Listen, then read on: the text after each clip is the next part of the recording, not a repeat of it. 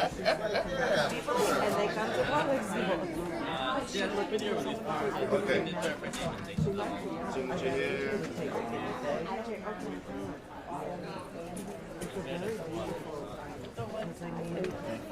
You'll never. It's the same as a charter school. That's right. You're going to pay ways in your future. Seven, right? Was it seven? Unless you get Oh, you're saying you did not I would, no. It's 60 That was not mine. That was you. in our house.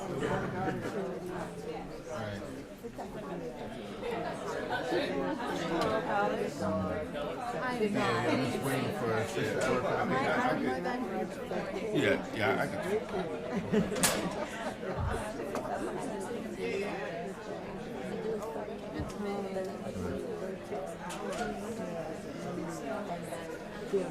I also have a picture. I know about it. They were all. Peace, family. I'm gonna try that again. When I say peace, family, y'all say peace. Peace, family. Peace, peace family. Peace. Peace, family. Peace. Okay, we are not officially starting, but I just wanted to say we're gonna be waiting for one more of our panelists to come back up. So just to honor, the fact that you're already here, if you could just turn to your partner, whether you know that person or not, let's talk about what comes to mind when you think about police accountability. Right? Yes, we are in a panel space, but I'm all about keeping it funky in every space that we're in.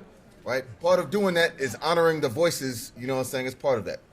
Right? When we talk about justice, we want to make sure that we're covering all vantage points. That's going to be a big theme that we talk about today. So we can model that. Just turn to your partners, talk about what does police accountability look like to you.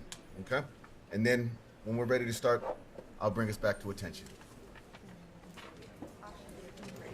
There you go. We haven't seen it yet. I'm trying to find it. We haven't seen it since the creation of things.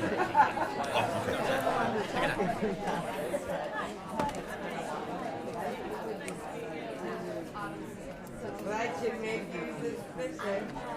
Have you applied?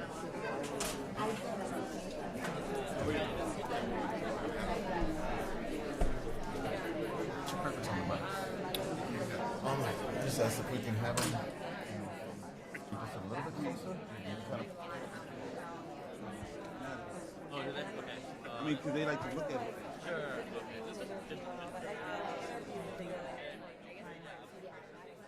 I mean, if you have to do it, I don't want to run around too much.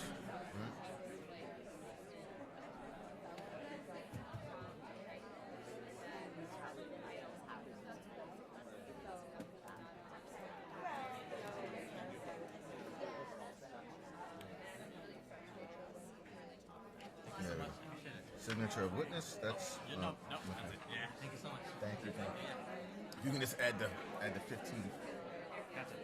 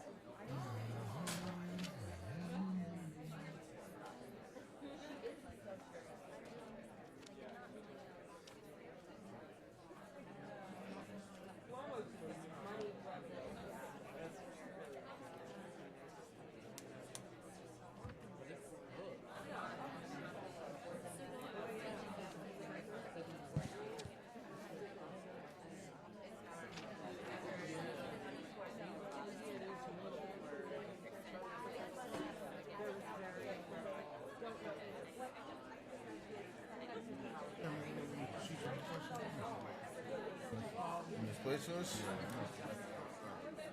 I do not. All right, don't worry about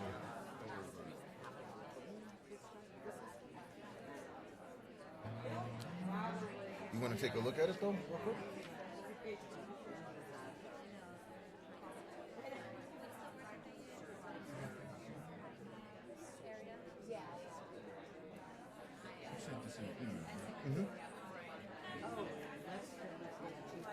The only difference is I cut out, saying my parts and I have it up Okay. here. So but it's all pretty much the same.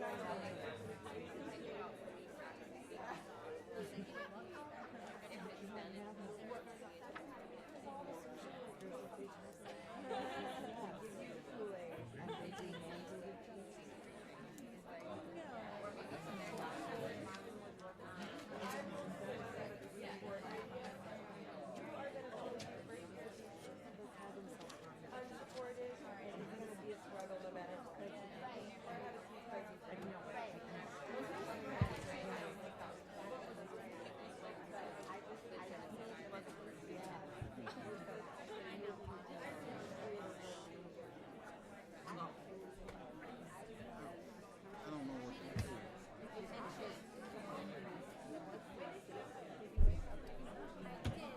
Thank you. Depends on the day. Get it back to you.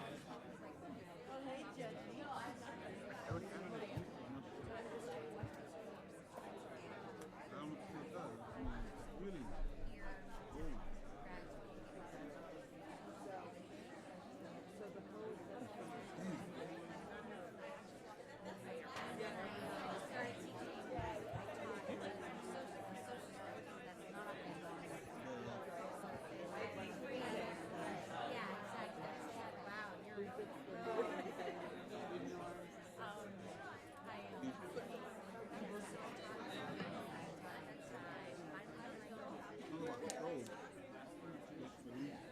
What's up, man? You ready?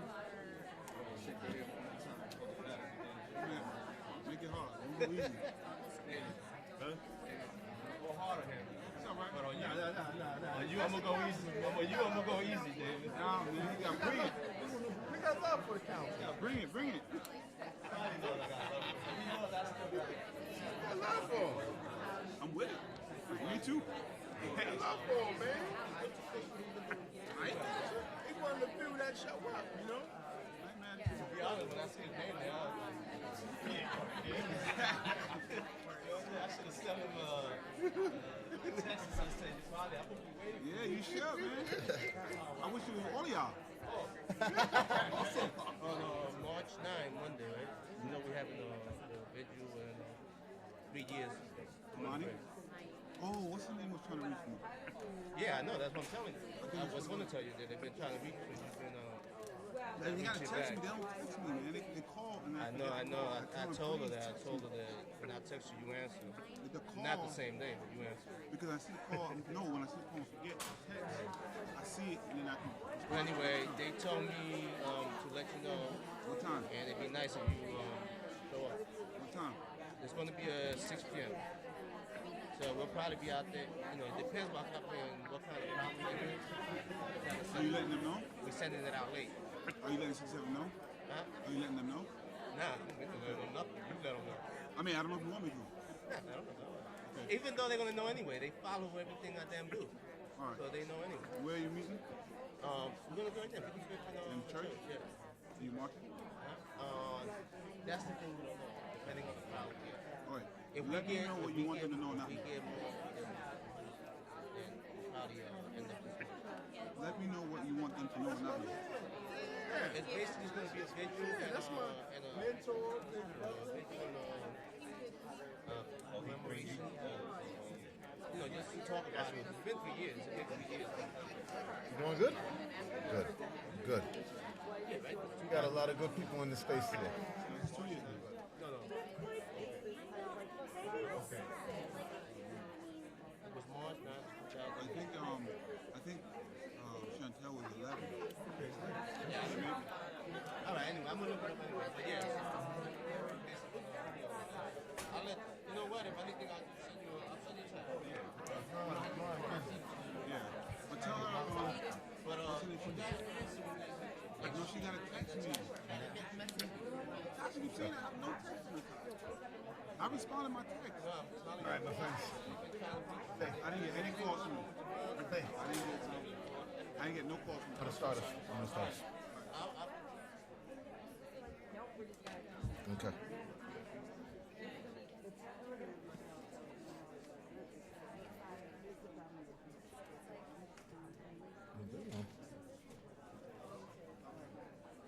There we go. All right, good. Y'all ready? All right, cool. All right, let's try this again. Peace, family. Peace, family. Peace, family. Thank you. I'd like to welcome everybody to our panel for today. We're going to be talking about police accountability and developing justice. My name is Julian Terrell. I'm the lead organizer for the Brotherhood Sister Soul. We're a local youth leadership development. I'm located up in Harlem, up the block, and I'll be your moderator for today. Okay, I heard a couple woohoos. We like that too. We can keep you funky in this space. So today we're going to be talking about a couple different vantage points around police accountability represented by our speakers, but also focusing on how do we transform our current justice system so it doesn't benefit those people who benefit from oppression, but speaks directly to those who are directly impacted by police violence, right? We talked about the fact that, it's important that we are always making space for people who are directly accountable to. So it's fitting that we started, with some exchanges amongst the people. But that's going to be a theme that we bring up a lot, right? So today, does anybody know what today is the 50th anniversary of? Selma. Okay. So for those people who may not know, today specifically, 50 years ago, was the first day of the assembling of the march from Selma to Montgomery. It's always important that we bring our history and those people who've offered up their lives and shown courage into our spaces, right? Specifically, we saw that a lot of our folks down in Selma and supporters that had gone down were attacked, right, by the police. They went out there pretty much to be able to march, for voting rights, but also for the right to be represented and to exist. And we saw that they were met, with a lot of police violence, as was asked by Governor, George Wallace and Sheriff Jim Clark, right? If you look at those pictures, and also have seen a lot of the visuals that we've seen for some of the more recent, uprisings, with maybe the difference between quality of camera, you probably see a lot of the same things, right? Similar responses, right? We've seen even now, right, as our people have been able to show coverage led by the families who are directly impacted, led by the voices who are continue to be marginalized within our communities, our young people, right, our women, those who are queer and trans, homeless, Muslim, Asians, anybody who else is marginalized. We understand that not only have we seen courage and creativity being able to show, but we've also seen the NYPD respond to that, right? With proposals for 1,000 new cops, right? We've seen as recently as this last week, where the NYPD has the ability to mass arrest without any prior notice, even if you do have a permit. So we understand as we're getting stronger as a movement, and as we're getting stronger and being more clear around what that justice agenda looks like, there is still a commitment to broken windows theory that we know and has been proven that it causes death and the continued traumatization of our community. So today, we're going to be focusing on the importance of keeping that justice agenda in our mind, but also understanding and really lifting up, as we saw in Selma, that the roles within our movement and the vantage point that are represented through those roles are key and are necessary. Okay, so with that being said, I'm going to get into a brief introduction of our speakers, and then I'm going to give the floor for them to get a little bit deeper into the work that they're doing. So first, to my left, we have Damon Jones, who is the New York representative for Blacks in Law Enforcement. Give it up for my brother.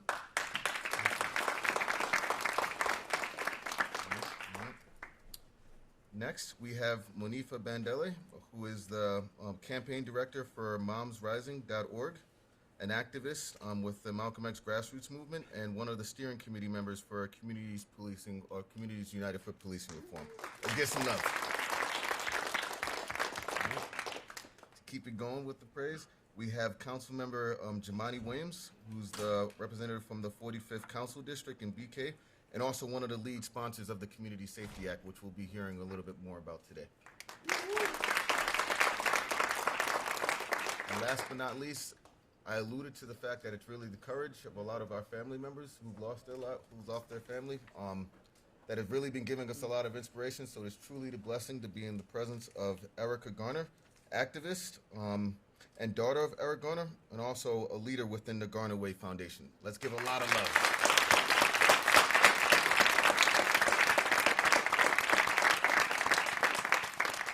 So Erica, if we can start with you, just have a couple brief statements about the work, thing that you're involved in.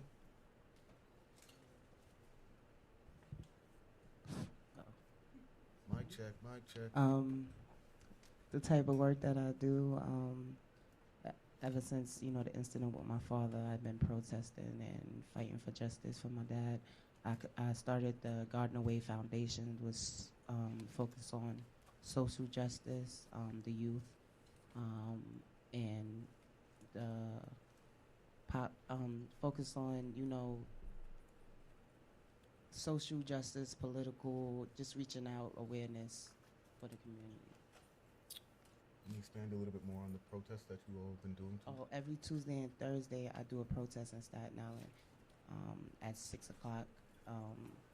Basically, what we do is we rally, we protest and march and do a die-in at the site my father was killed in, and we say a weekly prayer twice a week. Thank you. All right.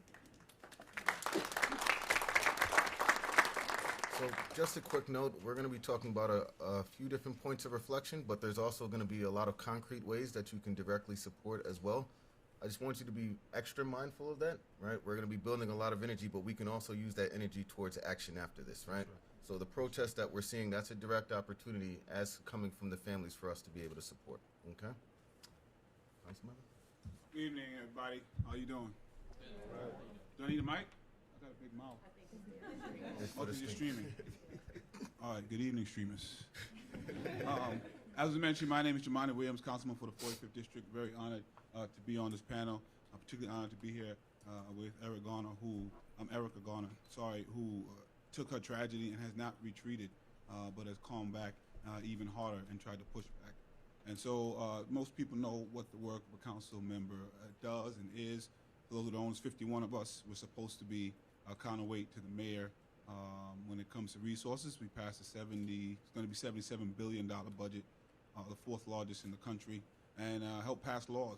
I've tried to bring a different sense to the seat. I come from the organizing world and activism world, and that is the kind of mentality that I brought or tried to bring to my seat. It's been exciting because there have been more people coming from that world. Usually people come from attorneys and legal work and corporations, but we have a group of folks that are coming from the community, and the dynamic has changed quite a bit, which is exciting. We have a long way to go. So some of the things that I focus on, I'm now the chair of housing and buildings, but most of what I'm known for was police reform work and gun violence. I actually do more work on gun violence, but that stuff doesn't make the news. It's not as sexy. I really am hoping that we can change the way we talk about public safety. For too often, it's just police who are responsible for law enforcement, but they can't be responsible for public safety. And so I've really tried to see if we can do things, fund programs that broaden out public safety, who's responsible for public safety. And so I'm hoping, at least by the end of my tenure, a lot of that will change, and that police officers will look at the job they're supposed to do much different. And the first thing to respond to a broken window is not an arrest. Maybe it's a carpenter, maybe it's someone who fixes windows. And really change the way we think about how we do this. And so I guess that's it.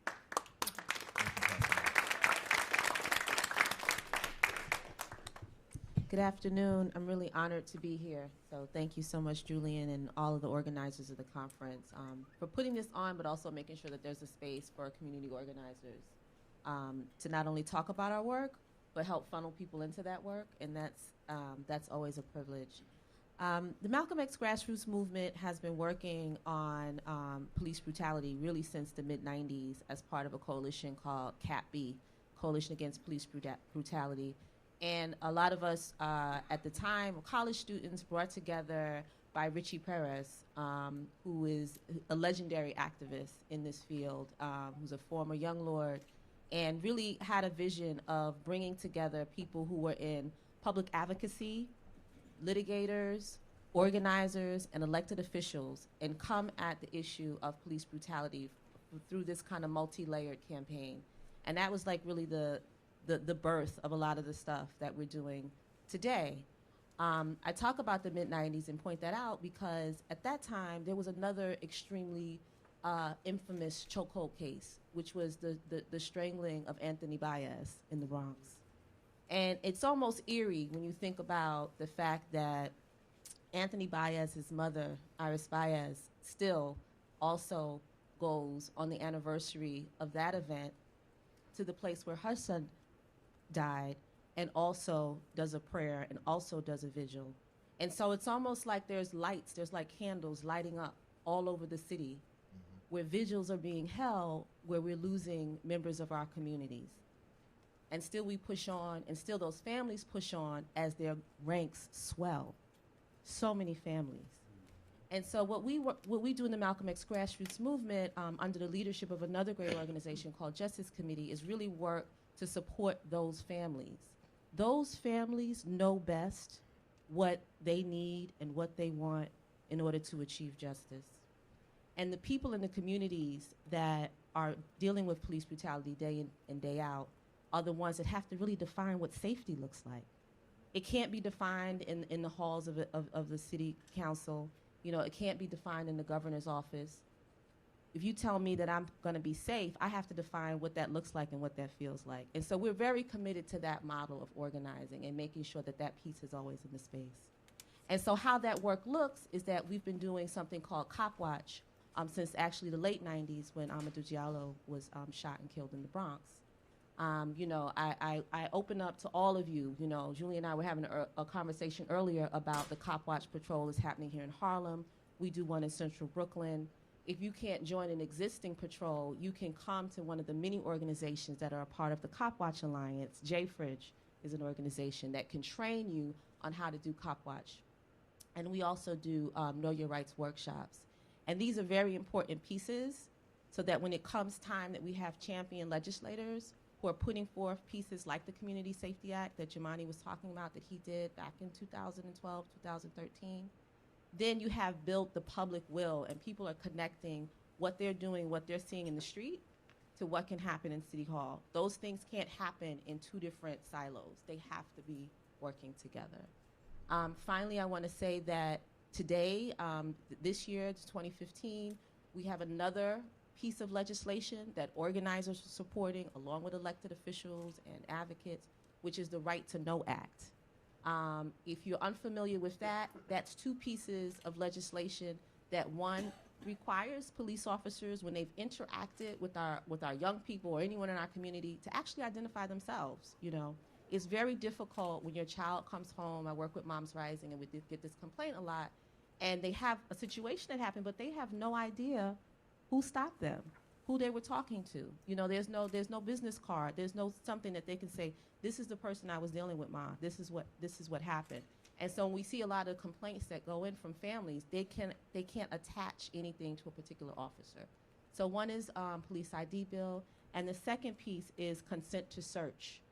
Right now, if a police officer wants to search you and they don't have probable cause, they're supposed to ask you if they can search you. But people don't know that. So what we would like to do, similar to what happens with your Miranda laws, like you have a right to remain silent, is just to have the police officer articulate to you that if they don't have probable cause, that they have to tell you that you have a right to deny the search, or that they have to ask you and you have to give your consent.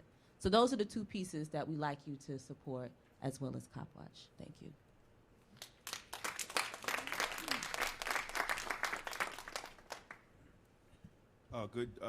Good afternoon, everybody. Good afternoon. It is a pleasure to come before you representing a black law enforcement organization. A lot of times we are left out of the conversation.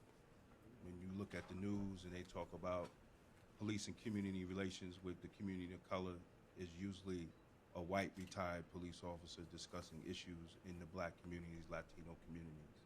We are always left out. Not that we do not have a voice. Black law enforcement organizations has been in existence since the 60s. We grew out of the black power and the civil rights movement. We recognize our blackness before our blueness. Now, you would say, well, I've been treated bad by black cops. Yes, there are those that fall victim to the culture of policing. See, a black law enforcement officer is only 4 degrees of separation for what happens in his community. He either knows the victim, knows somebody that knows the victim is a family member, and a lot of times we are the victim. In New York State, black cops, off duty or on duty, have been shot at their white counterparts 27 times. But this incident has never happened in the reverse, where you find a black cop shooting at a white plainclothes officer. Never happened in the reverse. So we understand the perceptions of the black male in law enforcement. We understand the history of law enforcement. Law enforcement was created over the oppression of black people. The patrollers enforced the slave codes and the black codes in the South. And it evolved into what you see as your modern day police force. Stop and frisk. Stop and frisk was created from the slave codes and the black codes. How many people saw 12 Years a Slave? Raise your hand. How many people remember the part when when she sent him to the store and he was stopped by the patrollers? And what did they do? They questioned him. Boy, where you going? They checked his ID. His ID was the chain around his neck to identify him to the slave master. And they saw that his papers was good. He let him go. But what happened to the brothers whose papers wasn't good? They were killed. That's what you call stop and frisk. That's what you call broken windows today. See, we have to understand the history and where we at. Black and Latino people, poor people, are the only communities in the United States that have no say-so in how their communities are policed. They have no say-so. Police departments tell them how their communities will police, and they are the taxpayers. We should not focus on Ferguson. Yes, Ferguson was a tragedy. They say, well, they only had 50 cops, and they had 3 black cops. Well, I could take you right up here to Yonkers, New York. 430 cops and only 30 black cops. I could take you to Mount Vernon. 225 cops, 50 black cops, and the population is 90% black. So we don't have to look at Ferguson. We have Fergusons right here in New York. But the question is, what are we going to do about it? As law enforcement, we give our recommendations because we live in the culture as black law enforcement. We see the racism inside, and we also feel the racism when we're not in uniform. I could stand with the white cop at roll call, and I could see him in the bank on my day off, and he wouldn't even recognize me. So we understand what racism is, like everybody else understands what racism is. But it has to be accountability when police officers cross the line. We have to change our language, not from police brutality, but to police criminality, because what these officers are doing is a crime. Brutality is just being brutalized. What we must start saying is police criminality, because they are supposed to be the trained professionals. They're supposed to be trained professionals, and they're trained by the state. They're trained by your tax dollars. So what happens when they break those rules and regulations in their training? Nothing, because we haven't pushed the legislation to create it a crime. It should be a crime when they abuse the people that pay their salaries and their pension. It should be a crime. So we have to look at legislation to move forward with that. So as I end, only thing I'm saying is we must take this opportunity to have positive dialogue and move forward to march, to bring awareness, and to push to change legislation so these things that the police officers are doing to our children become a crime. Thank you. Thank you.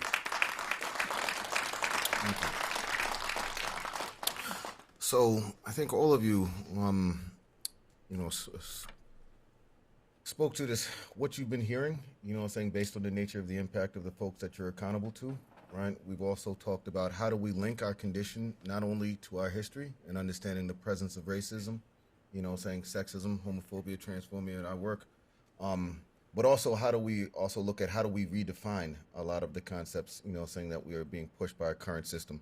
So whoever wants to start, I just want to get into how do those that you are accountable to define justice, right? And how do you keep that central in the work that you're doing as an organizer, as a Black law enforcement council member, and obviously somebody who's directly impacted by police murder? Anybody who wants to start off? I'll start. Well, my wife is, I live in Mount Vernon. My wife is also a detective. She's born and raised in the city. So, as law enforcement officers, your first thing, you want to protect the city that you live because you know the people. What we have seen that, I don't know how old some people are, but they used to have a program called Officer Friendly. Yeah. See, all the older people are smiling because they remember Officer Friendly.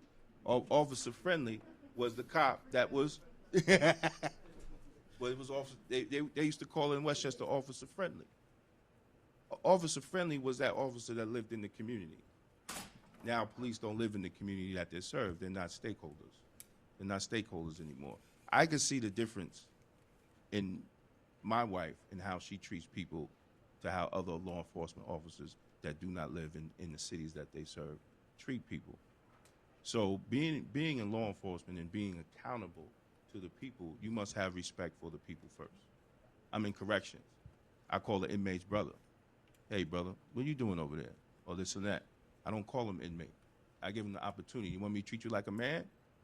Or you want me to treat you like an inmate? You have the option. You have the option. Because this is a job. This is a job that pays my bills, but also I come from the community that I see locked up. And I've been in there 25 years, and I'm telling you right now, there's no correction in correction. It's capitalism. It's straight up capitalism. So we must work as law enforcement to address the issues, because it could always one day be my son. Matter of fact, it was my son. So we must work to change the system. We must work to address the false pretense of community policing. You cannot have community policing if the community is dying of poor educational system, lack of jobs, no economic development. How they talking about broken windows? They say, well, you would fix the broken window. Well, first you got to have a job to fix the broken window. First you have to have proper education to get a job, to get a good job, to get a mortgage so you could fix the broken window that you own on the house. See, they don't talk about that. You cannot arrest away this problem. This is not a policing problem that we see in our community. It's a social problem. See, they want to cover it with the crime so they can get more government funds. But it's a social problem. What we need to address the educational system. We need to address the lack of job development. We need to address a livable wage. These are the things that we need to address in our communities instead of just harassing people that's just trying to make some money to feed their family, because the institutions have failed them. And that's what it's all about. So to be accountable is, as law enforcement, is to continue to speak out on that, because we know that the setting of law enforcement the way it is today is not correct. But it's all for capitalism. It's all to keep black people in jail. We got to be honest about it. And I know y'all probably never heard no black law enforcement officer talk like this, but it's the reality. It's the reality in what we see and what it is. And until we be honest about it, and then once again put out an agenda to change it. Thanks, Ben. Anyone wants to jump in next? I would like to say something. What makes it more essential in my work and what I'm trying to do now, and I agree to what Damon said, with the community policing and educating our community. That's part of what I'm trying to push in my foundation to give kids give kids the opportunity to have their voice heard and be a part of the community in the right way. So going back to the community policing, I believe that instead of police officers from outside or police officers just coming into the neighborhood and basically bullying us, I think that it should be like mentors or leaders out there that's willing to say, hey, go to school. Hey, don't stand in front of this store. Go to this community center. Like, I want to provide a way to give kids an outlet, because from 3 o'clock to about 10 o'clock, those are the most crucial times for kids, because they don't have nowhere to go after school. And that's when they get in most trouble. So I think, you know, by building these centers and giving them a way to educate themselves, you know, explore their talents, give them a chance to become leaders, and educate them on their rights, their human rights, laws, you know, keep them up on current events such as like the news, also becoming journalists themselves to be their own social media outlet, to, because, you know, the media, you know, they sometimes they portray lies and sometimes they tell the truth, but bits of the truth. They want you to know, you know, what they want, whatever story they're trying to put out there. But I think if, you know, people from the community start being their own, you know, media and get the word around, you know, just like social media, Facebook, Twitter, you know, just to try to build something, a platform from these young people. And I think it's very essential in fighting for justice, because a lot of these kids wants to be heard and they have fresh ideas. And, you know, some of the things that happened in the past, you know, is still going on now. So we need fresh ideas and fresh, you know, ideas such as, you know, it's already laws in place, but I think, you know, they need to be either enforced or a little reformed. So, yeah, I think that's it.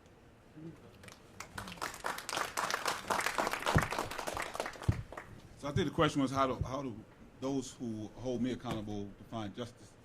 I never polled them, but I would try to get cull from conversations. Obviously, sameness, equity, and I heard someone on another panel say, particularly with police, do no harm. And I think that's a mantra that I don't think is followed in police departments. I think there is a lot of harm being done, but not just in the police department, but agencies across the board do a lot of harm to these communities. And I think it's about, and how I keep it central in the work that I do, my thing is I always look at if it's an event that happened, if an incident that happened, a community, if I was to take the same set of circumstances and just change the color of the skin, would it be a different result? And if the answer is yes, then we have a problem. And that's usually what it boils down to, whether it's a police officer shooting someone unarmed, whether it's housing being redlined in a certain area, whether it's someone not getting a job. If I can change one thing and it will be different, then something's wrong there. There's no justice there. And that's what we have to correct. It's hard to correct that, though, when people won't admit that that problem exists. So it's hard to get rid of racism when I got to first convince you that it exists. Like, it's the craziest conversation. I don't even understand how I got to tell you that it exists. I don't even know what to do right now. We have to waste time on that conversation when we should be figuring out how to fix the problem. So for me, it's just sameness. And so I have people who actually ask for additional officers, at the same time ask that those officers be held accountable, and at the same time are worried that those same officers are going to violate their children. Right. And other people don't have to have these thoughts in their head. Other people don't have to have these conversations that my mother had with me and gave me the little black book so I can survive police interaction. So when those things are not happening, that's what the justice is. They want everything to be equal. Either you should be having that conversation or I shouldn't be having that conversation. But the fact that one of us do and the other one don't is a definite problem. So I try to keep that in all the work that I do. That all I'm trying to do is equalize the situation. I'm not even trying to get a leg up. I'm just trying to catch up to where you are. And I'm just trying to get the community to catch up to where you are, because these communities have been neglected for a very long time, intentionally. Yeah, thank you. Powerful. The question for me, what does justice look like for me based on those who hold me accountable is complicated, because some of those people are ancestors, you know, and there's many layers and levels of accountability that we have in our work as community organizers, right? But when I think about that question, the first thing that popped in my mind was Angela Davis's quote, "No more prisons." And really trying to focus in on this idea that there's an overemphasis on repairing broken people when there are broken systems. Right. And how does safety, Jumani talked on this earlier, what is really safety? Is safety that I have to have someone who is armed patrol me and my community? Is that really what safety looks like? Is that really what justice looks like? And time again, when you really pose that question, when you ask people, they say no. So my answer to it is like the no more prisons answer, which is that, and this is a long term, this is a marathon, right? Not a sprint, what our grandparents always say, is that we have to be striving to create communities where the police are not necessary, with all due respect. I know you already said correction. And where corrections and where prisons are no longer necessary, because we really understand that at the root of what's going on is not a lack of quote unquote law enforcement. It has to do with good jobs. It has to do with education. It has to do with housing. That's right. You know, it has to do with all of the things that people need to live healthy and whole lives, right? So justice for us and justice for me looks like working towards that. Do I want Francis Lavoti to see his day in court and to really go to prison for choking Anthony Baez? Of course, right? But there's a system that creates Francis Lavotis. There's a system that perpetuates Francis Lavotis, right? I want to see the dismantling of that system. I want to see that system face its day in court and be reformed and be corrected. That's what justice looks like. No trouble. I think that I think a few of you alluded to it. Just saying the frustration, dealing with how much evidence, whether it's using the system's own numbers, right, that they're generating to show that their system is not only not working, right, but it's also devaluing their real experiences, saying of the people that we know and that we care about, right? Erica, you alluded, saying to the media, saying giving a little bit of truth, but always being up in your face with that camera because they want to be able to pull a story, right? So being able to pull that in, we're seeing recently, with Eric Holder's statements around how DOJ, found Ferguson's, police department to be able to use bias practices, but yet in the same statement says that they can't, saying they didn't find anything wrong with Darren Wilson's, killing of Michael Brown, right? And that there's 8 people who've been killed since, who a lot of those names we don't even know, right? Even closer to home, we have Bill Bratton, who continuously says that I want to be able to build community relations, I want to build trust, but is still relying on his love of broken windows, right? Incentivizing officers that are going to continue to create this. We know that this work is hard work. And anybody who's in this room and who's on that screen out there, saying, we know that this is hard work. So given that current climate, right, how has that been showing up, saying in the work, saying that you do, right? How does that impact, saying the work that you do when we know we have a long-term vision, but you also have to deal with the constant frustration, saying of getting people, saying to recognize that our issues are real. So if we actually can start with you, Erica, and then we'll work our way down. Well, it's been very essential in part of the work that I'm doing. It makes it kind of hard to try to, get people to stay with one mindset, and to stay positive and nonviolent, you know. With Bill Bratton coming out with these numbers of more cops, and to see that protesters is being inclined with the same as terrorists, you know, that was really hurtful towards the peaceful movement that we're trying to press on, because, you know, we out here, we marching, we fighting for justice, we in the streets or whatever the case may be, but we doing it peacefully. And to have more cops come and with these big guns, it's like, you know, I feel like it's a form of intimidation to say that, you know, we have these big guns.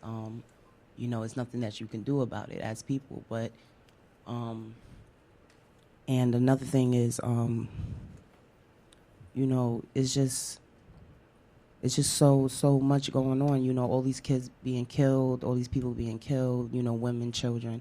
You know, it doesn't make no sense, and the cops keep on getting away with it. And for the Justice Department to say, you know, we didn't find nothing wrong with Darren Wilson or with my father, and then, no, I'm OD. Darren Wilson, in the Department of Justice, to find that Baez still exists in police departments. I mean, it should be looked at as an eye-opener towards the whole country. You know, everything, it doesn't happen in just one area. It doesn't happen in just one state.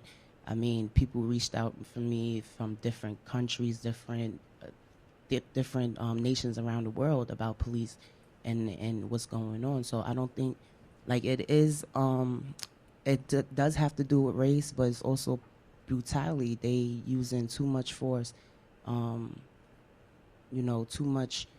They have too much, and I think a way for us to actually have hard data or actually have investigation when these types happen, I think the Civilian Complaint Board, Review Board is very essential, because, you know, they don't never get nowhere. They do these investigations on the police department or whatever, and, you know, it get thrown out or overlooked. So part of what I'm trying to, like, fight for is, you know, to get them to have more power over the prosecutor's office in the police office. I mean, the police station, you know, to have, like, you know, if you mess up or if you do this, you know, you're going to be treated just like a criminal. You don't have that, you know, 72-hour hold from getting questioned or investigated. I think that would be, you know, a long-term goal, something that, you know, we should look forward to, you know, not only made up of civilians, but the board should be made up of politicians, other prosecutors, other people in courts, former judges or something, to, you know, powerful people that know what's right and what's wrong, to say, you know, officer, you did this wrong, this is your time, that's it, you know, all this other. I think that will move towards change. So, yeah. So two things for me that it's always frustrating as in the climate that we're in. One, I just get so concerned that we focus not on the wrong thing, but the small thing. So like a year or so ago, we were really focused on stop, question, and frisk. And we had some victories there. Now we're focused on broken windows. And I'm sure we'll have victories there. And then we'll be focused on whatever they call the next policing model that comes after it. Right. And that's because the entire thing is broken. Right. So if you don't fix the structure, whatever the best idea you outlay on that structure is going to be faulty. That's right. And so for me, it's, okay, how do we do those things at the same time? And so I get concerned because I know people are focused on the broken window, and I'm like, yo, but the whole thing is messed up. The whole thing is broken. We're going to win that, and then they're going to put something else, call it ABC, and it's still going to be black and brown people who are going to feel the brunt of all the problems. And so it's how do you try to really get to that systemic thing at the same time, fighting those battles that keep coming to you. And I think it's my job as a council member to try in the halls of the city council and the halls of government, try to find hope for the people I represent and get a path to that. So I always have hope in this mayor, and I have hope in the commissioner that we can get where we need to go. But my faith is not as strong as the hope because they fail to admit certain things. And so the commissioner won't admit the systemic racism that NYPD has been problematic and emblematic. So I don't know how you get to the result that you want to see and say you want corrected when you won't admit what the real problem is. And so that is also a frustration to me. But then again, sometimes you see why people are afraid. The mayor mentioned a conversation he has with his son that all black parents have with their children and all black officers that I know have with their children. And the whole city act like he said something crazy. Like they were about to rip apart the city for an honest conversation that he has. But we have to be brave and we have to continue to push forward because until we have that real conversation, that real admission, then we're not going to get the result that we want. And then the second part that troubles me when I hear the conversation is that it's solely focused on police. And I understand why, because it's the most palpable thing. And because they have the power to immediately right then and there destroy you or not destroy you. But there's brutality in all of the systems. And so my hope is to see somehow that conversation expand to the real problems that someone alluded to. You need those police because we haven't fixed those problems. So these communities are being brutalized by not having proper education. I'm not even talking about what's being taught in the school. I'm talking about the damn building. The building is falling apart. They don't have the proper books unless you're in the charter school. That's a whole nother conversation. The housing, they're being... So I always... The thing that people scream about police, like those communities, and I said this before, those communities ask for more police. That's why we're sending more police. But those same communities ask for better housing conditions. They ask for better education. They ask for livable wages. They ask for their streets to be swept the same way that other people's streets are swept. And we don't hear those other calls. And so I get worried that we have to focus on the policing issue, but we got to bring that other stuff in, that historical racism that those communities have been, the problem is, and this country is operating the way it's supposed to operate. Mm-hmm. It was set up to operate like this. And so everybody acts surprised when white males are the ones that benefit, particularly rich white males, because that's how we're set up. And so I don't understand why we're surprised that is still happening now.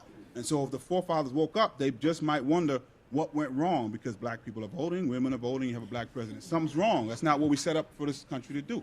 So we're pushing against a construct.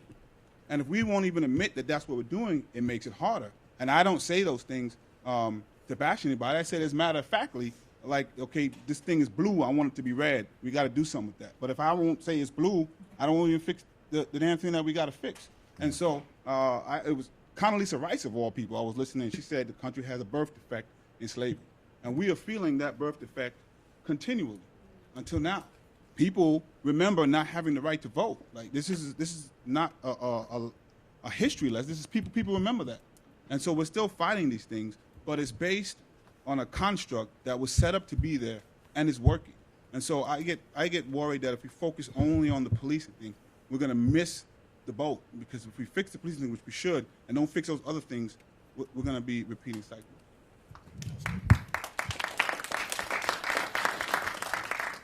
My feeling about the DOJ report is that we have to get to a conversation about building power. Yes. And that everything that is going on that's outlined in that report speaks to a lack of power. And police brutality, while many years, a lot of us talk about it as being the effect of a lack of power, I really have come to believe that police brutality is actually the cause of the many, many decades of us building power. It's the pushback. So if you look at what happened 50 years ago in Selma, what sparked the big spark in that movement was an incident of police brutality. It was when one of the voting rights protesters was hunted down and shot and killed, Jimmy Lee Jackson, That's by Alabama State Trooper. right. And it took until 2007 for that police officer to be arrested, indicted, and convicted for manslaughter and served 6 months, but that's a whole nother piece. But he was literally hunted down and executed for protesting. And that and the reason why he was chased down and hunted down and shot for protesting was to push back on the power that was being built in the movement that he was linked to, in addition to the fact that he was a black man. Mm-hmm. And so if we think about everything that Jumani just said, and also look at what's happening with police brutality as not just, a result of, this victim blaming, we're not doing it right. We've got to fix our communities. We've got to repair our schools. That's all true. That has to happen. But that is what we're doing. That's what we're always doing. And then there's this pushback because there is power, right? And so power has to be conceded at some point. And we have to keep the conversation, at least the internal conversation, focused on how we continue to build our movement, how we continue to organize. No one's surprised at what came out in the DOJ's report. If any of us have traveled, especially to what we call them the black burbs, right? Any black suburb in America looks like Mount Vernon, looks like Ferguson. I mean, it's just, you can go in Dallas, it's called DeSoto. It's these places where people are in the city, you get pushed out of the city, you build up in there, and it's this, but the power is not there, even where you go out and build a home and make a place like it's laid out, the blueprint. So I think this is about power, and I think that everybody in the room, most of the people in the room are doing the right thing by being in those places where they're organizing. We always say, stay in your lane. If you're a police officer, organize with other police officers. If you live on a block, be in your tenant associations. Teachers have to organize. But this is about building power. And really, yes, looking out beyond the issue of police brutality. Because, again, that's the pushback. Right. Because you got to keep building power. Because all of the laws and all of the systems can be in place that say on paper that there should be a certain outcome, but if you can't hold those systems accountable because your community lacks power, it doesn't matter what's said on a piece of paper. And that's what's happening.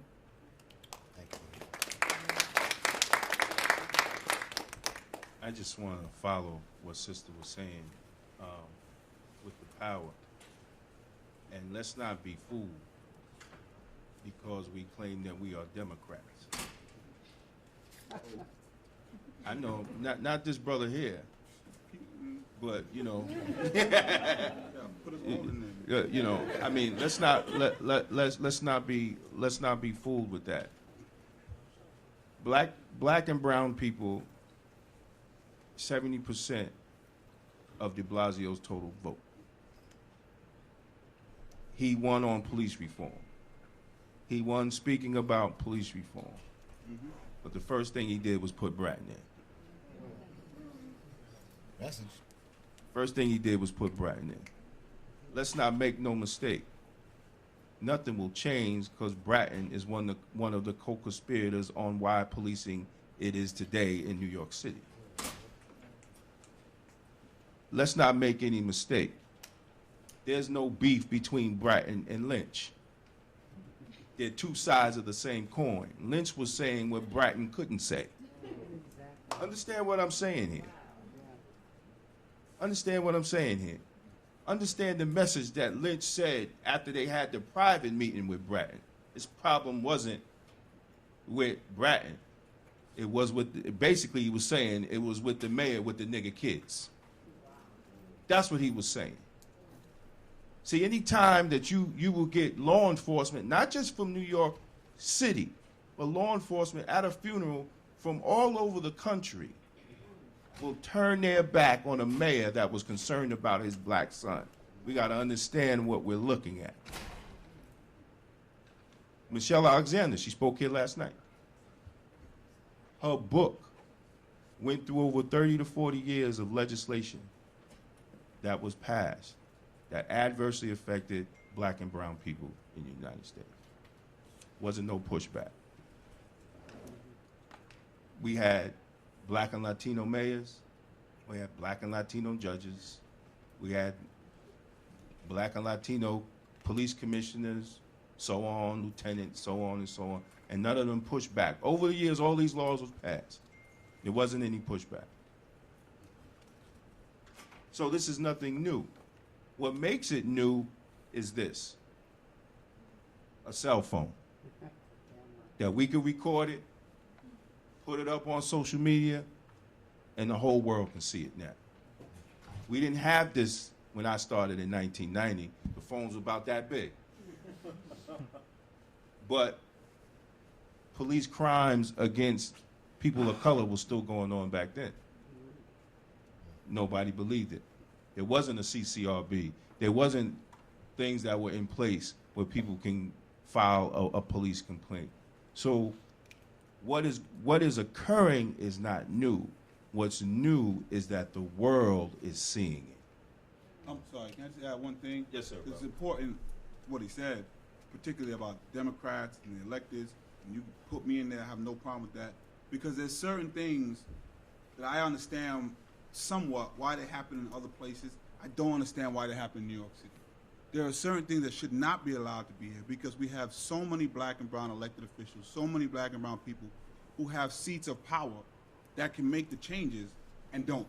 You know what? Battle with Stop, Question, and Frisk should have never taken that long. And I feel it's because some of us think the seat we hold is more important than the people we serve. And also, we have to stop re-electing people who are not doing the thing that we want them to do. And we do that as well. But if there's one place that foolishness should not be happening, it's in New York City. And that is one of the height of my frustrations because we do have a lot of power, community organizing and political power, and the crap continues to happen. Thank you. So I had one of the things that I had been hearing, and I think you mentioned it, Munifa, just the importance of, saying heeding, saying the energy of our ancestors, and also understanding that we have the benefit of those lessons. I think, Jamani, you had also started to get into it just around self-evaluation. And in our movement, we always need to be able to look at it from a point of humility. There's always more work that we can be doing. There's always voices that we can continue to listen to. But I also know we have a lot of powerful voices in the crowd, so I wanted to be able to bring, some points around reflections and improvement into the closing remarks. But if we can open up questions, saying to the space, just so we can hear more questions if you want to offer up any comments, make them brief. But if you have questions, you can do that anytime. No. We'll finish my own test. You can go to the mic. We're going to take questions 3 at a time just so we can allow for more exchange because we don't want to just be talking at folks, okay? So if you have questions, you can go up to the mic. We're going to take them 3 at a time. Panelists, please respond them as you see fit. And if we can just try to be succinct just so we can make sure that we honor people's time, all right? So if you have questions, feel free, to go to the microphone. Special attention on being brief and succinct. No subs. Yes, peace, brother. My name is Rodney Johnson. Really pleased to be here, and I'm happy to get all these wonderful insights from these brilliant people. I have 2 questions. One is for the correction officer, organization guy. That's close enough. Damon Jones. Okay. You actually mentioned that you guys are actually doing a lot of good things, but most people don't know about you guys. Right. So my first question is, what are you guys doing to change that? To improve the communication between the organization and the community. Because I didn't know about what you guys are doing. Right. Right. So that's one. And the second question is, what are some of the mechanisms that you guys have in place to kind of hold these officers of color accountable for some of the stuff that goes on, against their community? Oh, okay. Quick point of process. For the second question, is that to? Yes, for him. Yeah. Okay. I have one for him, and then the next one is for the city councilman. Well, that was the second question, right? He's doing one actually. No. Brother. We're gonna represent the principles, that we're talking about our movement and open up some space. So I'm gonna now ask the first 2 questions. That's cool, and then we're gonna get one, and then we're gonna get to the speakers.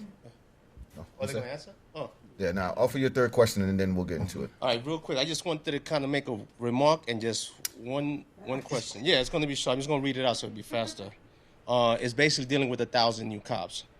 And as an activist in the community, I find that very disturbing to even consider adding 1,000 new cops, especially every time there seems to be a problem with police officers killing and hurting somebody, they get more. But when the community, you know what I'm saying, that is affected, something happened within the community or violence within the community happening, they get less. So that's something that we have to wonder. So 1,000 more cops, right, cost somewhere between 90 to 120 million for the fiscal year 2016, which is if it's added, which does not include the commitment of funds in the future year, which is going to cost many more $1 million.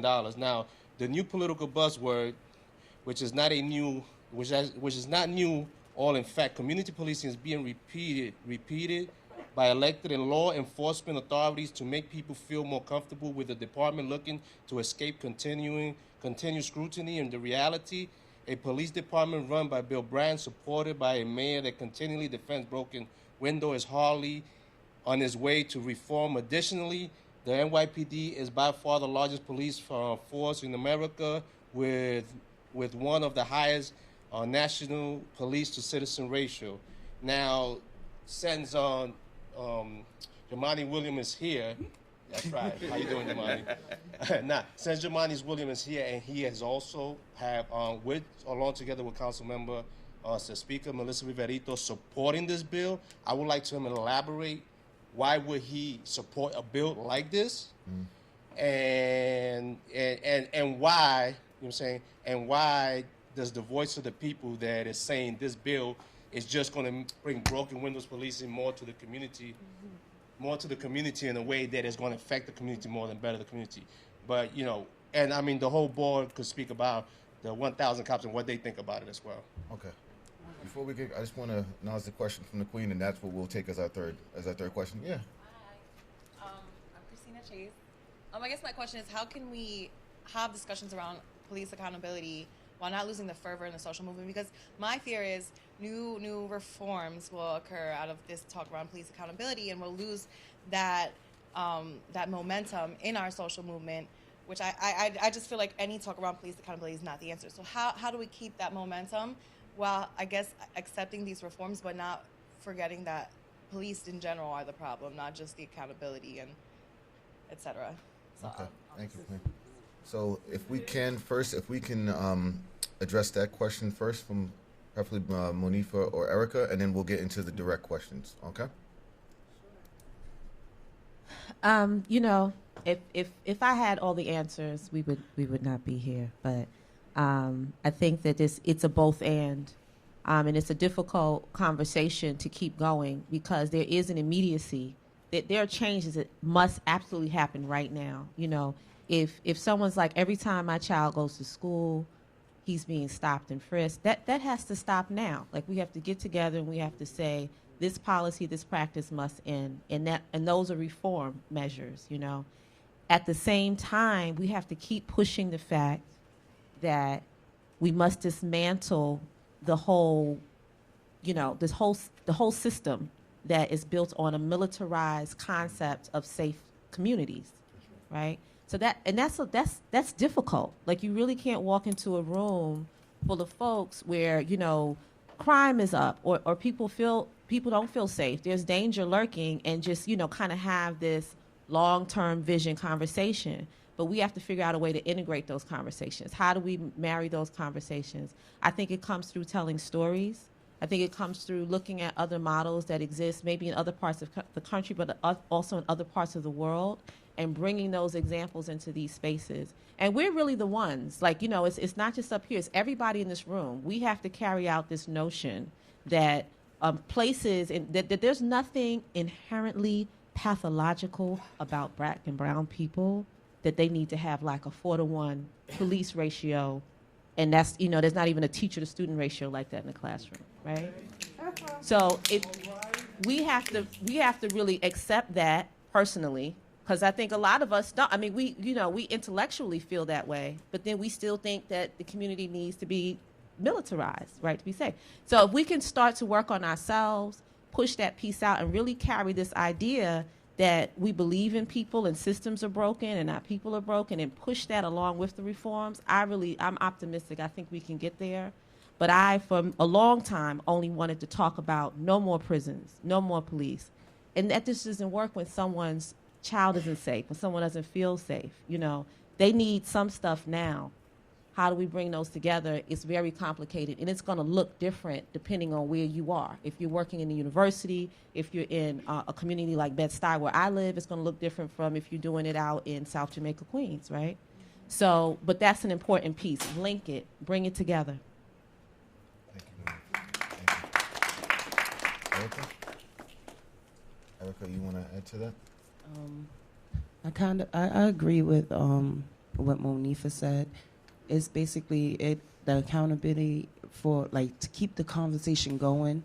It's part of every person to be out there, you know, just not only talking about police but talking about the system, because you got to think about it. What have them cops out there? The policies, the rules, the command from, you know, it goes topper. It goes higher than just, you know, saying, oh, well, this police officer is bad. You know, you have to look at, you know, what caused them to be on that corner that day. You know, it's quotas out there. There's a certain amount of arrests they have to, you know, bring in. Prisons has, you know, a certain amount of people that they have to bring in a year in order to get funding. So, you know, it's a hard thing to keep the conversation going. It's a hard thing, but, you know, we as people need to stand together and link, you know, these problems together and come and talk. That's it. Want to address the question around those 1,000 new cops? Good. You want to do that one first? Yeah, please. So the question around the 1,000 new cops for me, it's never been either or, and I've been consistent from the time that I got elected. I also take my job as a council member very, very seriously. I kind of view things different when I was 25 and thinking one way, and now that I'm 38 and a council member. And I try to play checkers, not chess, with a lot of things. And so whenever, and it's not a bill, it's actually a proposal. Whenever something comes before me, I try to weigh out what is the right thing to do. And so, first of all, it's not either or. So I firmly believe that we cannot solve this problem with just police. That doesn't mean that I don't think police are necessary for law enforcement. The other one is, people disagree with me. I don't think 1,000 cops either way. You have the 7th largest army in the world. It's 34,000 or 35,000. Bring it to 36, bring it to 34. I don't think you solve the problem. The problem is not going to be solved if you take away 1,000.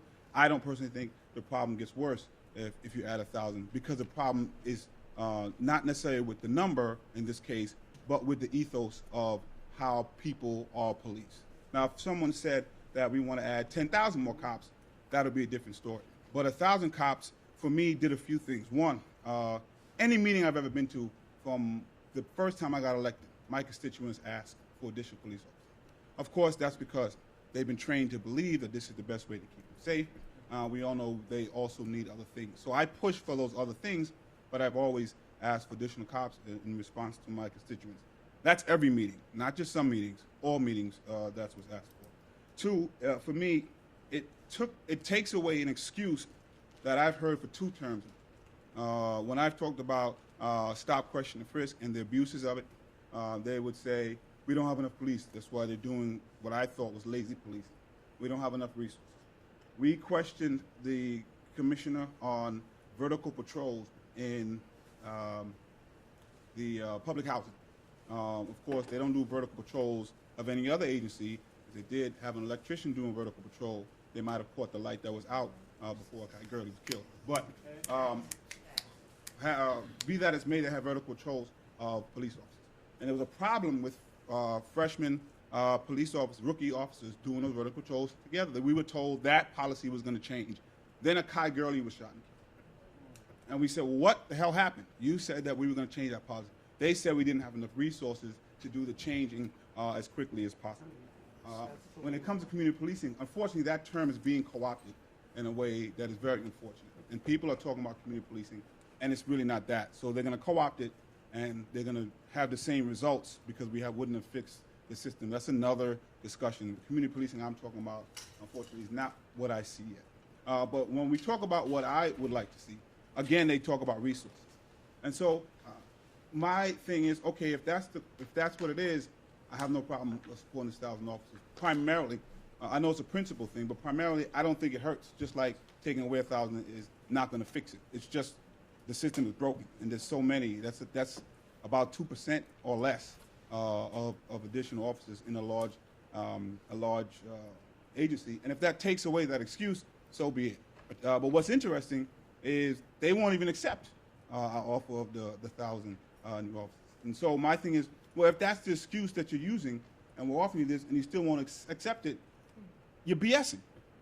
Don't. And I said this to the last police hearing we had, and I'm going to say it again when the commissioner comes.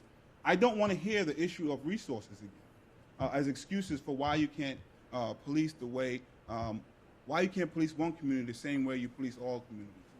And so that, for me, is the reason why I continue to support that, much to the consternation of my police reform friends. But they do have good thinking on it. And I, too, believe that we have to fund all these other agencies as well. We can't just fund this. But for me, it's never been an either-or, and it's not now. Thanks, Councilman. You don't want 1,000 more copies. Brother gave me two questions. The organization has been doing a lot of work.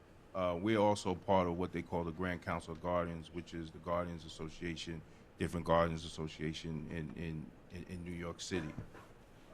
We work with a lot of civil rights. We work with the NAACP. We work with the Urban League. We work in the community. We have National Black Police Association started the "What do you do when you stop by the police?" We changed it to "How do you survive police confrontation?" because we thought that it was more appropriate to teaching children how they survive when they're stopped by the police, instead of what you know, but how do you survive? How do you go home? How do you know your child's in a gang? Are you a victim of domestic violence? We do mentoring. We continue to try to build that bridge. One of the problems is the younger black officers. You got to understand, when you come out of the police academy, you have to be debriefed, because you're putting to the culture of policing, no matter what color you are. It is a culture. It is a culture based on white supremacy. I'm just keeping it real. So when officers come out, especially officers of color, Latino or black, they're focused on that. Our organizations try to get them back to what they're there for, being more community based. They say, well, we're all blue. No, I'm black, and I wear a blue uniform. Let's get that clear. So we try to get all that. The media does not put us on TV, because when you have a black commissioner or a black precinct commander talking proper and explaining the way the policing system is with the black community, they don't want that. They hardly put positive black men on TV. So you think they're going to put a black cop or a black law enforcement officer really calling Lynch out, really calling Bratton out? That's not going to happen. I've gotten more calls from Belgium, Russia, the United Kingdom, Al Jazeera News. I'm on there all the time. But I never get called at MSNBC or CNN or Channel 7 or anything like that. So it's the perception. It goes back to the perception, and it also goes back to obtaining what? Power? We don't have any media companies to tell our story. I'm gonna leave that there, because that's another panel. Okay, thank you. I can clap. That's cool. That's cool. Yeah. That's cool. Yeah, I could do that. We're gonna hear from you, sister. Did you have a question too? Yeah. Okay. So we're gonna hear from you, our two sisters, and you, and then we're gonna wrap up on those questions. Who do you want to go first? We're gonna go to my sister. I don't care. Go ahead. No. We're gonna go with you first. We're gonna go with you first. Okay, I have two questions, and I apologize in advance if they seem a little defeatist. The first one is, Damon, you talked about how we have phones now, that nothing's really changed except the fact that we have the ability to watch it on TV and watch it on social media and Facebook and literally watch it at our fingertips. We asked for witnesses when Trayvon Martin got shot down.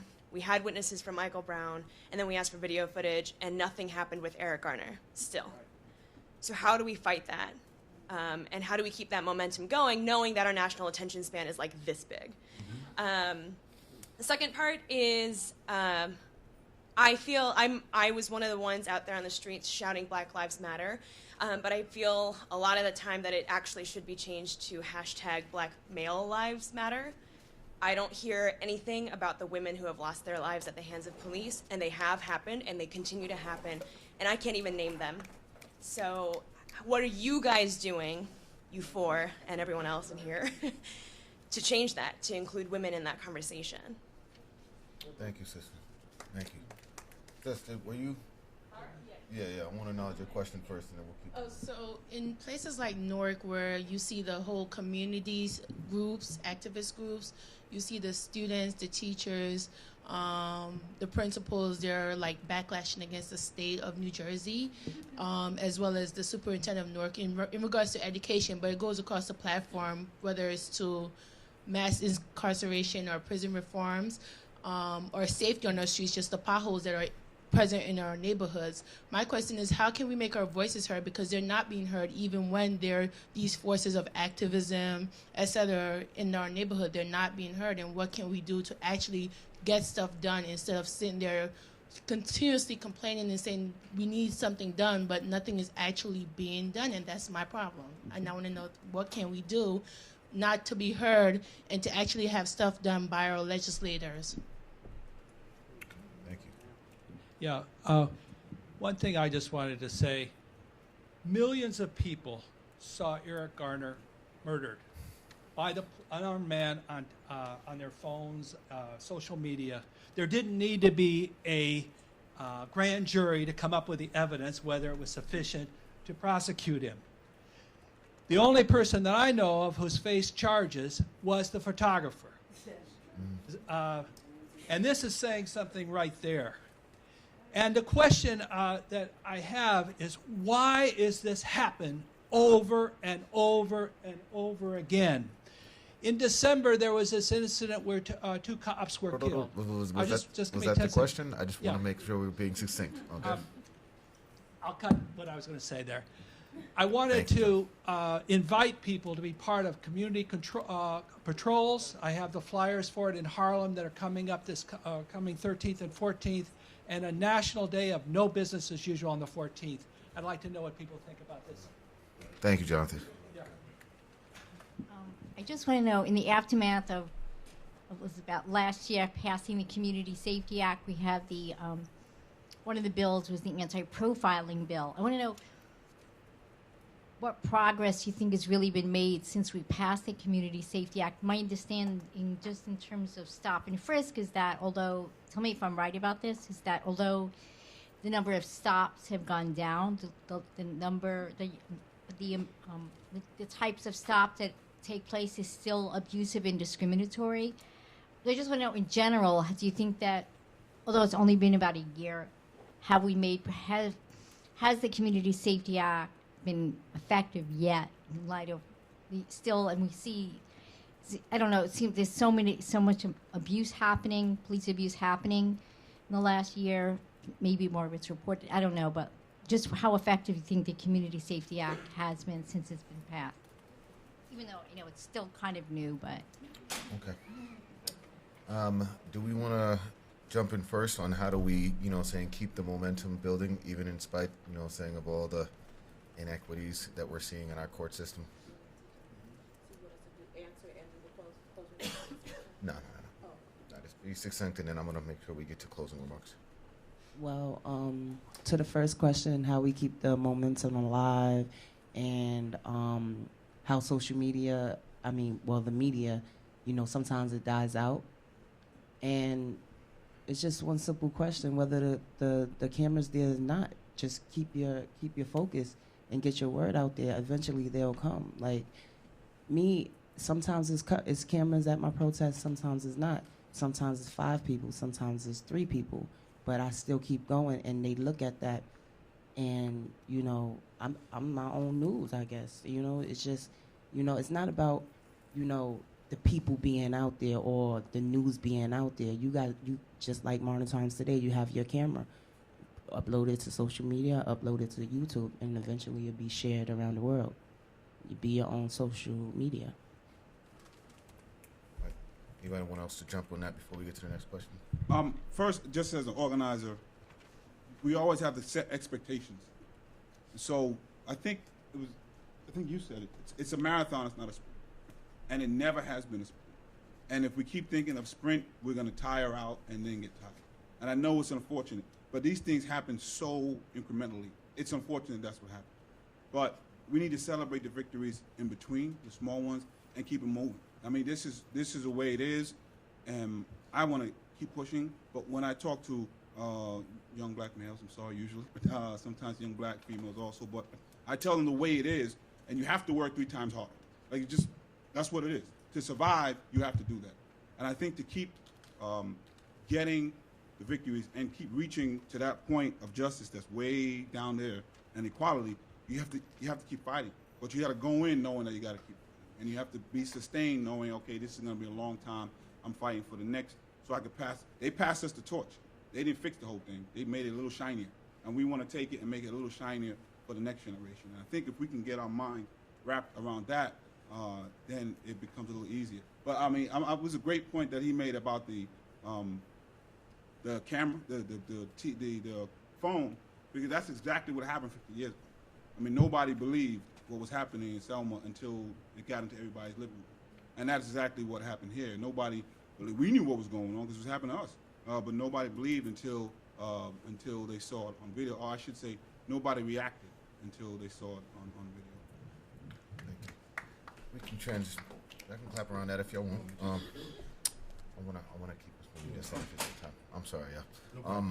If you can jump in on the piece around what's called how do we prioritize, saying the impact on women, especially since I alluded to it earlier. A lot of times, we see a lot of our sisters out there on the streets, but they're not only the ones who are being killed, but also the power of the women out there is also being marginalized. If you wouldn't mind speaking to that, Monifa.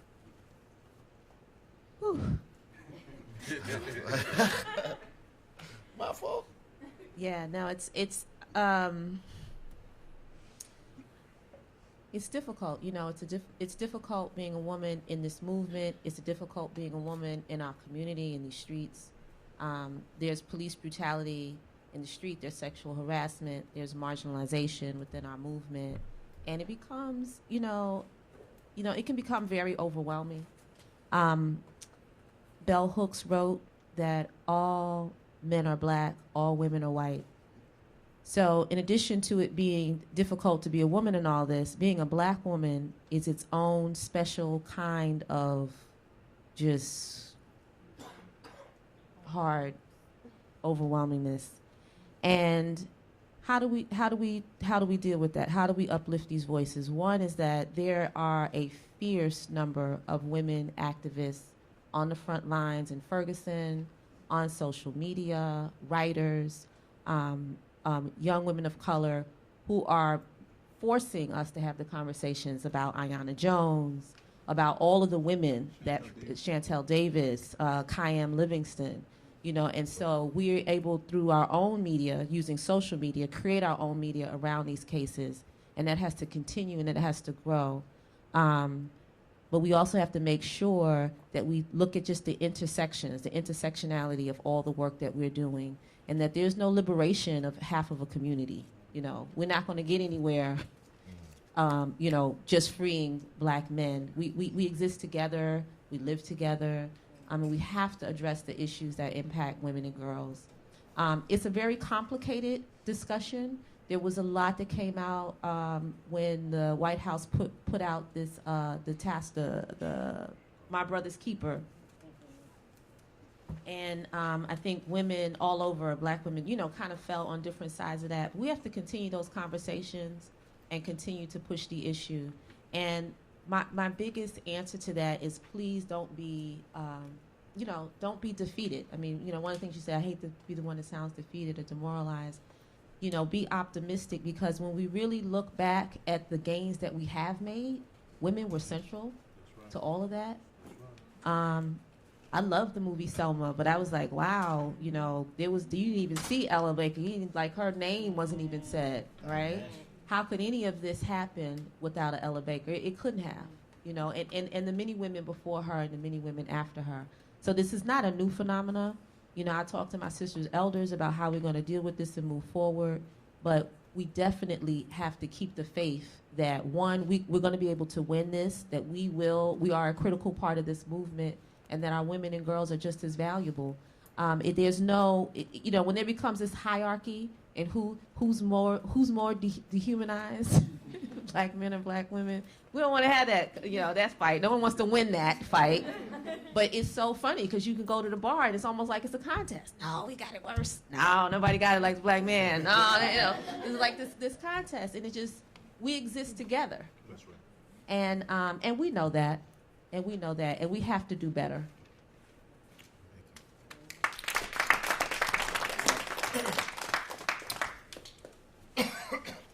So I just wanted to check in with folks, at least on the program. It said that we were supposed to be ending by 5:15, but I didn't want to cut it off, one, without closing remarks, but even more important, without having the last of the questions spoken to. So are people okay with us staying an extra 10 minutes? Just want to make sure that we're valuing your time. Can we do that? Yeah. We can do that? Yeah. Good, man. Y'all making it so easy for us. All right. So just to kind of finish up and kind of encapsulate the last of the two questions, where we talked about how do we make sure, you know what I'm saying, that the sister, who's on her phone right now, sorry. So how do we make sure that, you know what I'm saying, that we continue to make our voices heard? And I know that there were a lot of powerful statements that came out of that in each of the responses. But we also talked about, you know, what is the progress on the anti-profiling bill? And Jonathan, you had a point about, can you mention the other piece again? Yeah. April 14th is going to be a national day, no business as usual, shut it down around stop murder by the police. Mm-hmm. And then on the 13th the question at part high of it. schools, and the 14th on all around Harlem are patrols with whistles, blowing the whistles on police brutality. I'll get anybody a flyer, I could hand them out to people. All right. Yeah, so if we can jump in there, and then we're going to end around closing remarks with some calls to action. Okay, so speakers jump in and try to keep it succinct. I'll just keep it quick, and I think I'll tie into the sister's question about the videotape and why we have to, as young people, and I'm in my mid-40s. A lot of y'all are younger than me. Countries, leaderships, and dictators of countries has fell because of the youth. It's your time now to step up.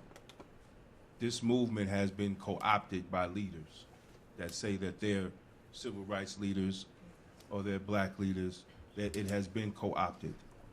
And that's why it will move up and then it will die down. You know, why are we marching in D.C.? We should be marching in Albany because it's the governor that signs the bill. Think about that. So all our energy is in D.C. And that's why it goes up and it goes down. And we're setting the bar too low. See, the governor says, oh, I'm going to have an independent special prosecutor. Now everybody's happy. No, if we're going to protest, we're going to protest with an agenda. This is what we want. And what we should request is police crimes. We want them to go to jail. And no ifs, ands, or buts about it. See, when we look at the Gardner case, he violated policy, which they admit, but it wasn't a crime. So now we want, when you violate policy, to be a crime. That's what we should be marching for. And we should be up in Albany and putting pressure on Governor Cuomo. When the young kids were killed in Sandy Hook, what was that, Connecticut? The man went in and shot all the kids, right? New York State legislator passed the toughest gun law in the United States within 3 months of that killing. How long has her father been killed? How long has black men, brown men, Latino men being killed in New York City and they haven't passed a piece of legislation? See, we're setting the bar too low when we march. We need to set it high and stop allowing people to co-opt this movement. You know, because they claim Martin Luther King, and if Martin Luther King was alive today, he wouldn't even be around them. Thank you.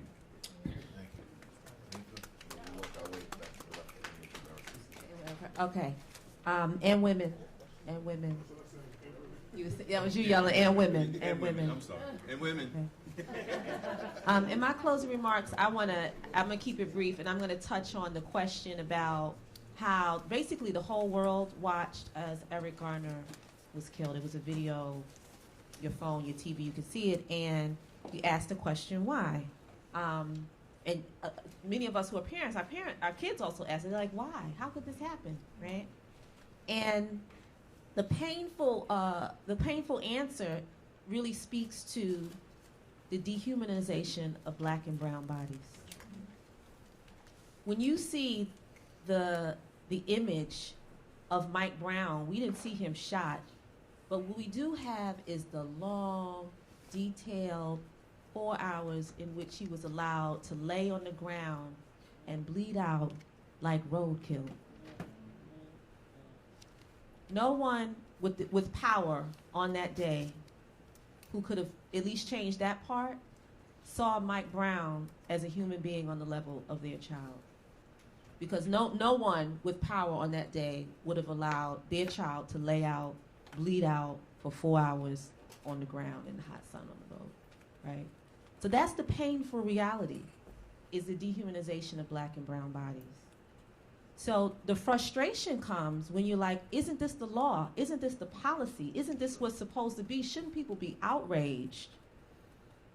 And we're not getting to the real crux of the problem, which is the white supremacy and which is the fear of black and brown bodies and the dehumanization of black and brown bodies. Because if you don't see me as another human being, I'm not going to be afforded the empathy that you give to a human being. So that was my answer to your question. Then my brief closing I wanted to say is that there's no better. No? I'll come back to it. The quick answer, where'd you go? Oh, the quick answer for me is what I kind of said at the beginning. It's the birth defect of this country. We keep feeling the effects of it, of slavery, of how this country was made for certain people. And I think also sometimes you fall into what's called false consciousness. Some of us sometimes believe this foolishness that we see. We may make an excuse. Well, maybe he shouldn't have done this. Maybe he shouldn't have done that. I guess it's a way, it's a survival tactic. I guess self-defense. I don't know what it is, but I know it's based on. We try to say, oh, that's not American. It's what it actually is. America is very racist. America is sexist. America is elitist. That is very American. But what gives me some hope also is American are people pushing back on that construct and people fighting back. And I'm proud to see that happen. But I don't really have a good answer other than that of why it keeps happening over and over again. I mean, we know why it keeps happening over and over again. And it's, I think that's point, period, for that question. Somebody asked about the Community Safety Act. I said then, and I'll say now, even when we deal with the broken windows and we passed the right to know act, I was saying then that that's not going to solve the problem. I said it back then. I said when we deal with the issue of stop, question, and frisk, the problem wasn't going to be solved. I think there has been some changes. The numbers have dropped, but the statistics of who is still getting stopped and the veracity of who's feeling the brunt of police brutality is still the same. The Inspector General is not as strong as we wanted it to be because we didn't have the power to make it as powerful as we wanted to. But I think he's come up with some reports that I think are good, and hopefully he'll come up with some more. So I think there's been some change, but it's been incremental. And when we pass the Right to Know Act, I think it again will be incremental. But it's not a silver bullet, for lack of a word, that's going to solve this. It's going to solve it. Erica? Well, there's no an answer to what happened to, what's being done. Like in my father's case, I'm still fighting. Why it keep on happening, just like he said, it's like a systematic thing. This country is built on racism. But I think to implant change in the specifically in my father's case, and nothing has been done. The main thing that I'm trying to get right now is for transparency, more transparency in the courts. So when situations like that, like this happened or has happened after my father, that we can know what was, exactly said or presented to the grand jury. Now, I think everything in my father's case was just corrupt. Just straight like that. Police reports that I pulled up online, I mean, they shouldn't even have the right to do things like that. I mean, I don't know if you've seen it, but it was basically a cover-up. And for a supervisor to sign off on the cover-up, that was totally like, what's going on? Like, this is what we have to break down on, like, who actually has the power, who actually has control over these police officers, for them to actually write down on paper that totally different from what people seen in the video. So, it's more, it's bigger than just that issue. Just the cop being on the corner messing with my dad for something as small as loose cigarettes. I mean, so we have to look at the broader problem, and we have to see who's right to hold these cops accountable. Because obviously it's not the mayor. Obviously it's not Commissioner Bratton. So who can really have authority over these police?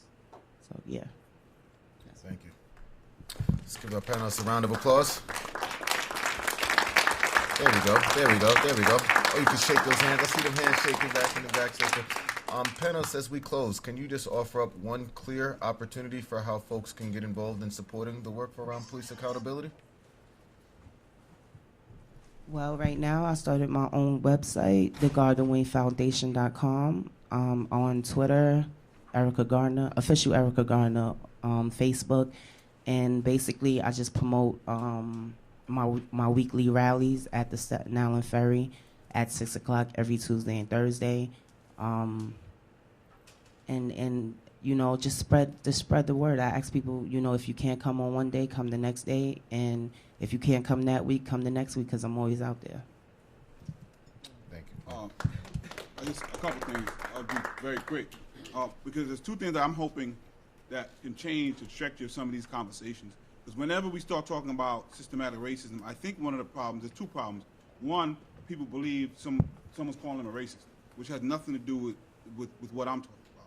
And so I think if people can understand that you can not be a racist and then still have systemic racism in this place that we have, I think that would help the conversation go a little smoother, because people feel offended when that is just the truth.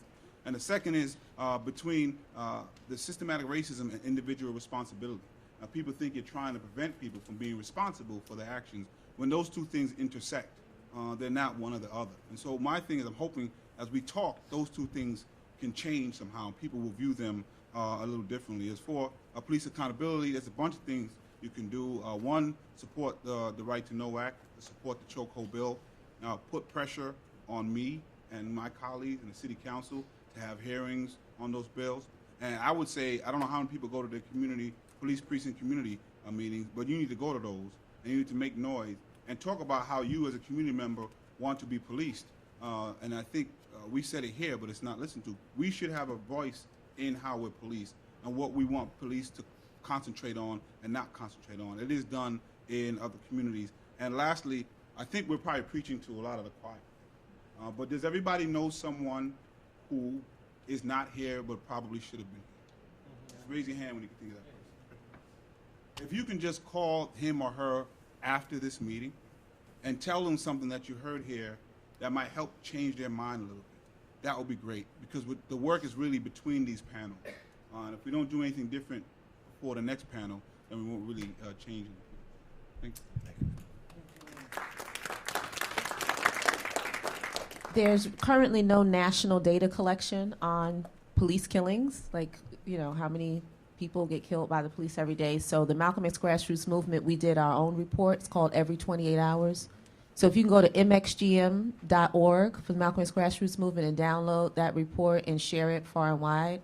Initially, when we did the report, it was every 32 hours, and then there was a flurry of killings, and we had to upgrade that report, and so we'll probably have to update it again. But if you are, you know, if you're in a university or research setting, that type of data and that type of information is very important. The second website where you can get involved is changethenypd.org.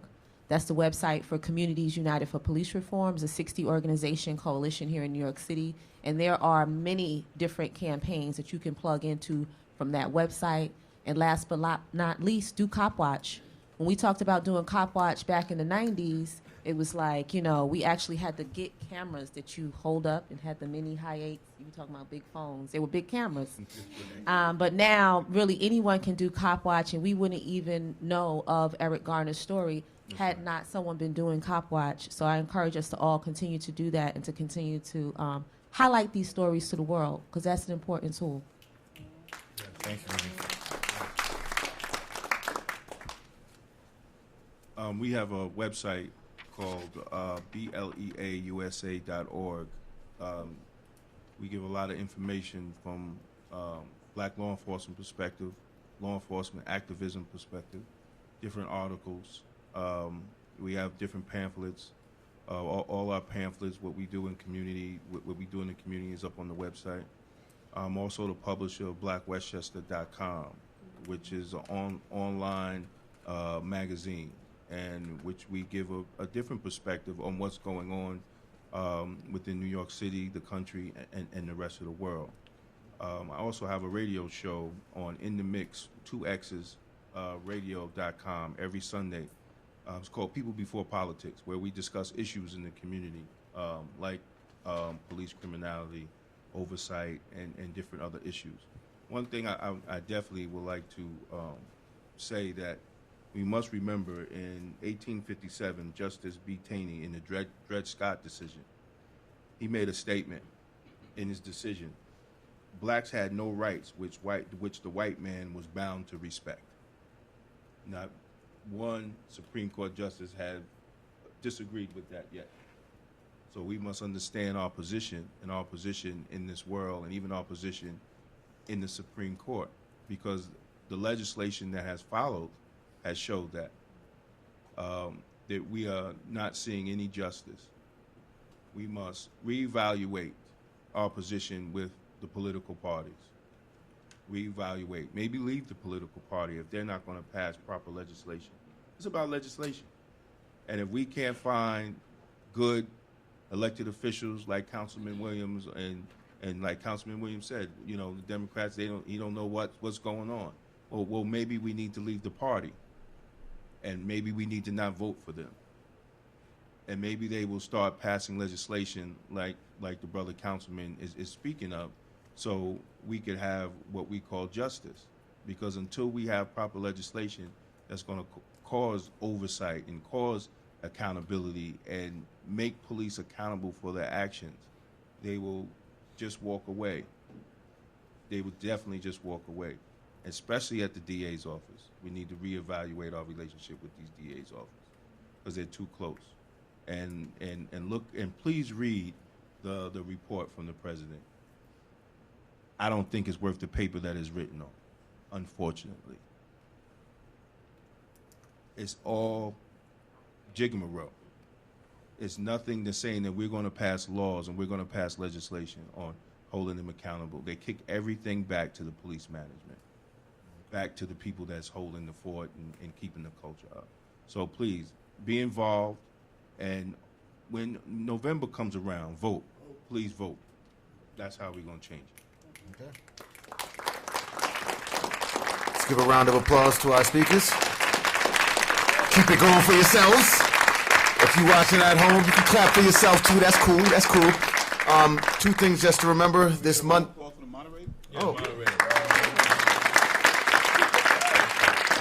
Thank you. There's two things to remember. This Monday coming up is the anniversary of the killing of Kimani Gray. We need to stop the killing of our young people. Please learn about his story. If you can make it out there to Brooklyn, please support. If you can't, there's other ways that you can support. Next Thursday on March 12th, Ramsey Orta, you know what I'm saying, whom Munifa alluded to, the brother who actually showed a lot of courage, you know what I'm saying, and being there and be able to film for Eric Garner, is still actively, you know what I'm saying, being targeted. His next court date is coming up at Staten Island Courthouse, right? If you can't make it, find out about his story and share it, all right? You are loved and appreciated. Thank you.